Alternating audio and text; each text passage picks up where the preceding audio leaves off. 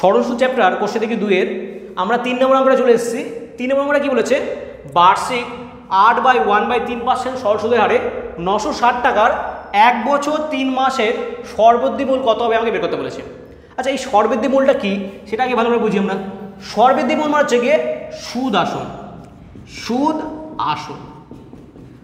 তাহলে এতক্ষণ আমরা কী বের করছিলাম, শুধু সুদটা বের করছিলাম। মানে ধরে নাও আমি যদি ব্যাংকে 900 টাকা রাখি এবং ব্যাংক আমাকে 100 টাকা সুদ দেয়, তাহলে আমার সর্ববৃদ্ধি মূল কত হবে, 1000 টাকা। মানে হচ্ছে কি এই আসলটা আর সুদটাকে যদি আমি যোগ করে দিই তাহলেই কিন্তু আমি সর্ববৃদ্ধি মূল পেয়ে যাবো। তাহলে আমরা ফার্স্ট আগে সুদটা বের করে নেবো। আর আমাদের আসল বলে দিয়েছে, দেখো আমাদের আসল বলেছে হচ্ছে কি 960 টাকা, এটাকে জাস্ট যোগ করে দিলে কিন্তু আমাদের সর্ববৃদ্ধি মূল পেয়ে যাবো। তাহলে ফার্স্ট আমরা ফিগারগুলো লিখে ফেলি। তাহলে আমাদের কী কী বলে দিয়েছে, আমাদের বলে দিয়েছে আসল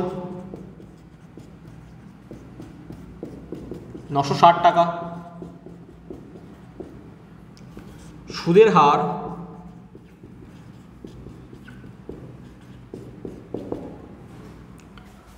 8.13%।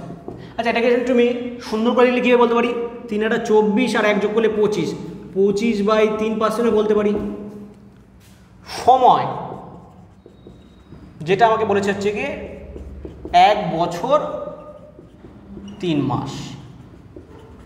এবার আমি বলেছি যে আমরা কিন্তু কখনোই মাসে বা দিনে ক্যালকুলেট করতে পারি না। তাহলে এই 3 মাসটা আমরা কী করতে হবে, বছরে ক্যালকুলেট করতে হবে। তাহলে বলতে পারি 1 + 3/12 বছর। তাহলে কত আসছে, এটা 15/12 বছর হলো। বা এটাকে কাটাকুটি করে দিতে, এটা কাটাকুটি দিলে কত হয়, 3 × 4 = 12। তাহলে এটা একটু ছোটো হয়ে যেত, তাহলে কত হতো, এটা 5/4 বছর। ঠিক আছে, যারা এই জায়গাটা বুঝতে পারলে না তাদের জন্য আমি আরেকটা পদ্ধতি দেখে দিচ্ছি। যারা এইভাবে বুঝতে পারছো না তারা এইভাবে করতে পারো। দেখো এই বছরটাকে ফার্স্ট মাসে ক্যালকুলেট করে নাও।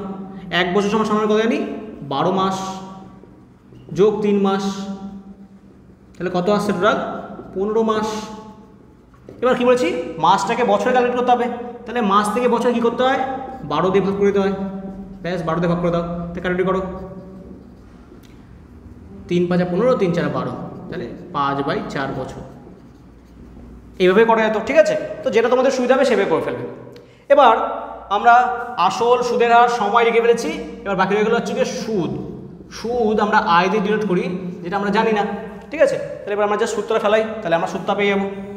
তাহলে আমরা সূত্রানুযায়ী কি বলতে পারি, সূত্রানুযায়ী I = PTR/100। আর পি এর মান আমরা কত জানি, 960 টাকা। সময় হচ্ছে কি আমাদের 5/4 বছর, তাহলে 5টা উপরে হবে, 4টা নিচে হবে। আর সুদের হার হচ্ছে কি 25/3/100। এবার এখানে এই 0 আর এই 0 কেটে যাচ্ছে, এই 5 দিয়ে কাটলে 5 × 2 = 10, এই 2 দিয়ে কাটো কত হয়, 48 × 2 = 96, 4 দিয়ে কাটলে 4 × 12 = 48, 3 দিয়ে কাটলে 3 × 4 = 12। বোঝা গেল? তাহলে উপরে কত পড়ে এলো, 4 আর 25, তাহলে কত, 100। তাহলে 100 টাকা হচ্ছে কি আমার সুদ। কিন্তু আমাদের কিন্তু সুদ বের করতে বলেনি, আমাদের বলেছে সর্ববৃদ্ধি মূল। তাহলে অতএব সর্ববৃদ্ধি মূল ইকুয়াল টু হবে কত হবে, সুদ প্লাস আসল। সুদ কত আমাদের 100, আর আসল আমাদের বলে দিচ্ছে অঙ্কে 960 টাকা।